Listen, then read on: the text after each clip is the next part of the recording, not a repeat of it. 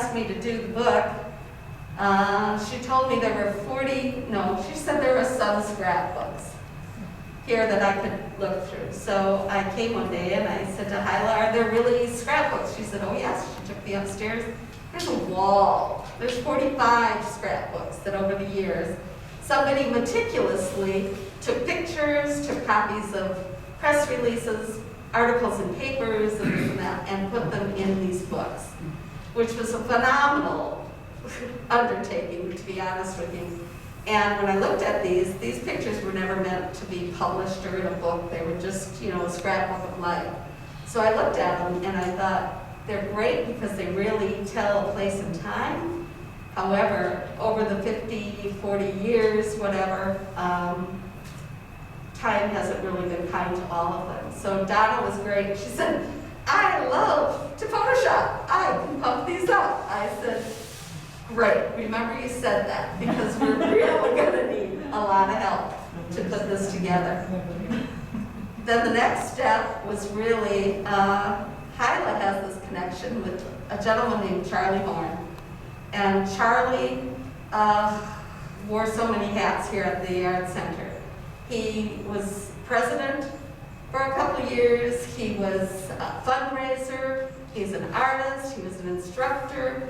And Charlie's 90-some years, 94 years young now, and he lives over in Vero Beach. But we took a little drive over there to talk to Charlie.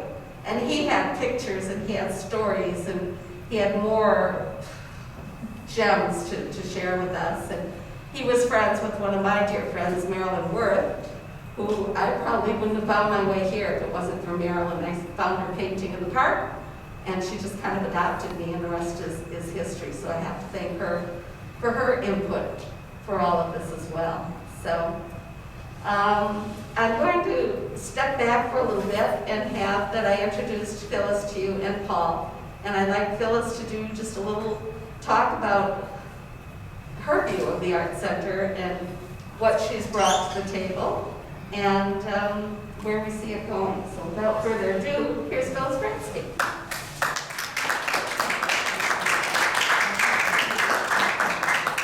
The fact that it's pretty placid here now, I think the arts in this building, along with the players, the local players, that Jim so wonderfully does the backdrops for. I think the arts have to come up strong now. The community really needs the joy of seeing, the joy of observing every little flower on the side. Anything that brings joy, peace, and color. So if anybody's in the room and wants to join me with the outdoor painters and encouraging classes here, I'd be delighted to give you my phone number, along with the Art League's phone number, Hyla's phone, and Kat's phone number, and anybody else that can encourage life, happiness, and joy, and color of this island. Because it's a spectacular place, and the building is spectacular. And thank you, Hyla, for bringing the drama and the fun into here. Yes, it's true. Absolutely true. And I know those are sparkles on your eyes, not tears. So thank you, and I hope that the community greatly supports this organization. It's necessary, along with the market. Thanks.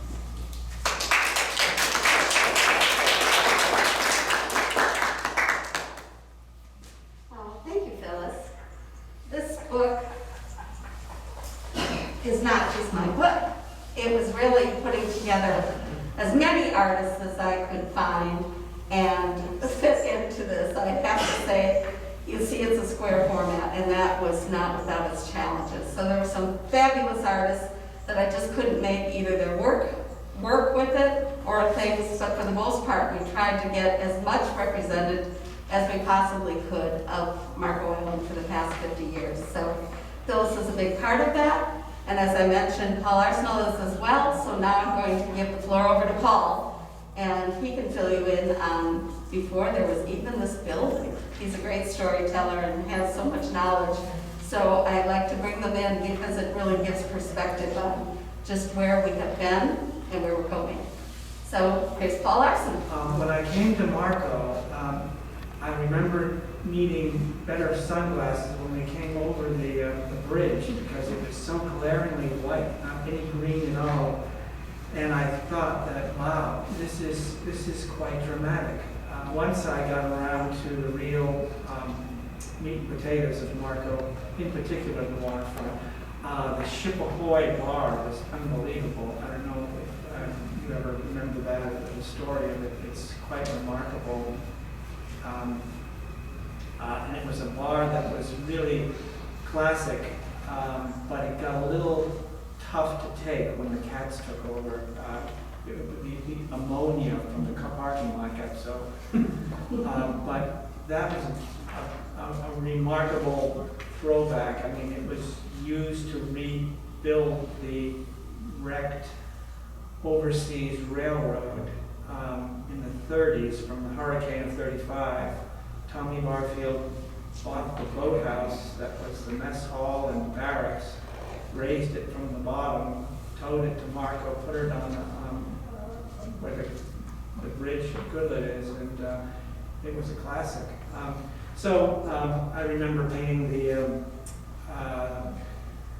Caxambus, the ideal fish candles, really, really wonderful elements of old Florida and the history of Marco that really gave the soul of the place that was remaining. I was very intrigued. Eileen, I loved the Mayberry aspect of Marco. It was so warm and supportive and charming. When the proposal for this facility was pitched, there was a bunch of artists that were asked to do lessons. This is one of 3 paintings I did in a series, and we all just tried to glorify the artistic corners of Marco to really enhance the sense of place and special. And from the get-go, the island spirit has been a wonderful part of my connectivity to Marco, and that's my appreciation, and that's my thankfulness to be part of the Marco scene for the early days. Anyway, it's my story. Thank you, Paul. See, this is how this book all came together, with stories and people such as Paul and Phyllis and others that are in the audience today as well. And I didn't realize when I started out, when, as I told you, Rosemary Wick asked me to do this book, I thought I could have been on the island for quite a while, so I kind of thought I knew everything, which of course I don't, no one ever does. But so I went and started to do some research on it and came up with a name that I wasn't familiar with. It was Helen Tavio. And apparently, way back in 1970, well, even before that, she and her husband Vinny and 3 boys sailed from Connecticut and decided they were going to make Marco Island their home. And so it took them, I think, 2.5 months to get here. And when they got here, a little while passed. Vince decided he wanted a fishing school to make him happy here, and Helen decided she wanted an art gallery and an art studio. So they both set up shop where, really where Pier 81 is now, in the area there, and they had several other little shops, but they had her art gallery and studio and his fishing school. So really quickly on, they decided they were going to try to form an art league. So they got quite a few of their friends together, and there was no building here, there was no really anything. of that, but they thought it needed art, so they would start meeting at the yacht club, which is still on the island today, although it's a different yacht club, but it's still in the same spot.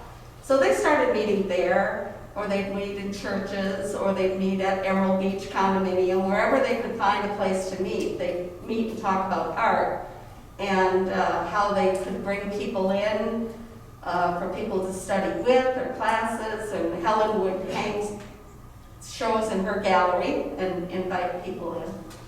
So about that same time, the Mackle brothers came, and they were the designers of Marco Island.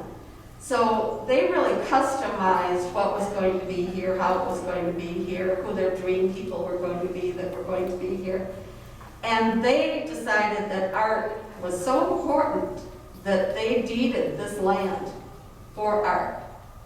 And so that was in 1970, and it took till about 1980 to get the building, get the monies, get the building, get everything. And what you see here today, what we see here, has evolved as the community changes, as needs changed, as art changed. It's kind of done a few evolutions, and we've been really, really fortunate to have some good executive directors here that take us by the hand and kind of move us in a direction or their direction. And Kyla Crane is our current executive director, and she's been here for quite a few years, and we've had the good fortune to work on quite a few projects together. I've been able to curate shows, and I've been able to show some of my own work here, but also embrace so many. She brought musicians into the building, and she brought children into the building, and it just doesn't end.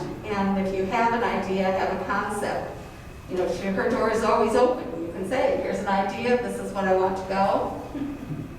Call her, call Hyla Crane, call the Art Center, come in when you're here.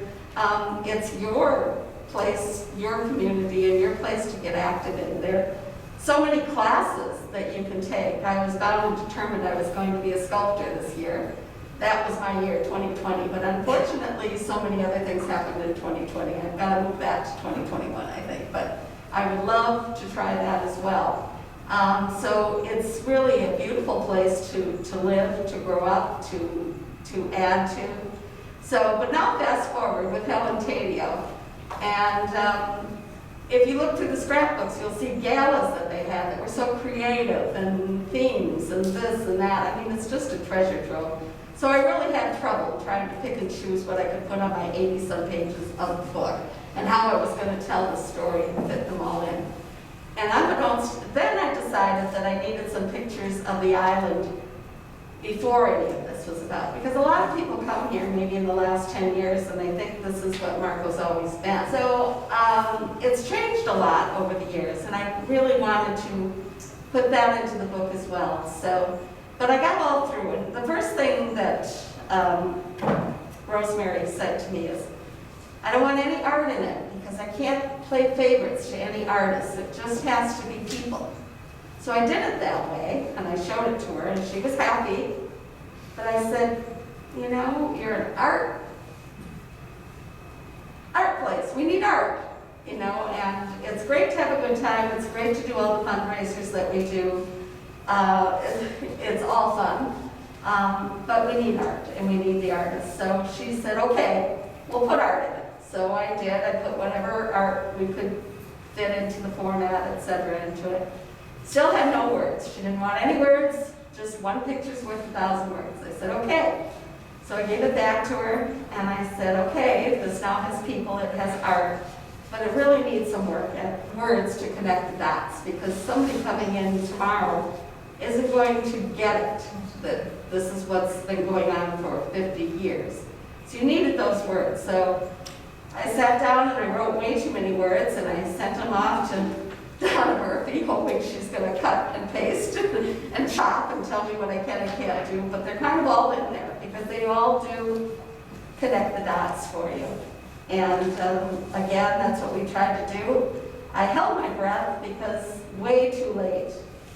Well, this is the good part. The first, from 1970, the first picture that's on this vellum page in here is of a man named Charles Wetzel's painting.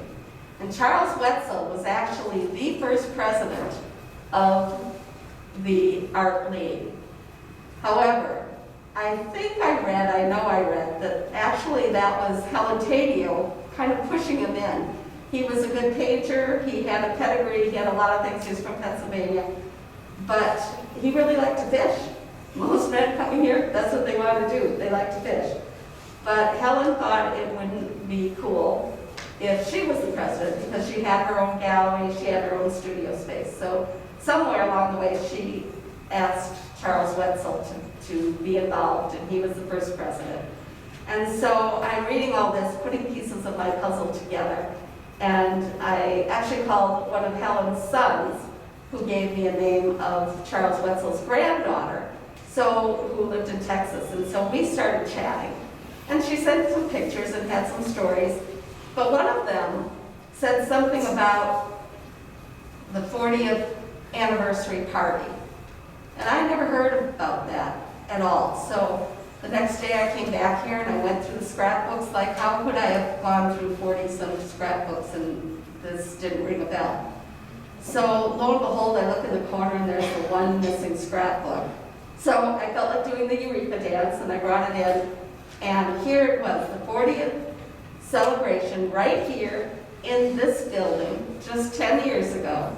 And it was with Charles Wetzel and Helen Taddeo. They were the co-chairs. So, and Helen was on the island. She passed away in 2012. So I'm really sad I never got a chance to meet her.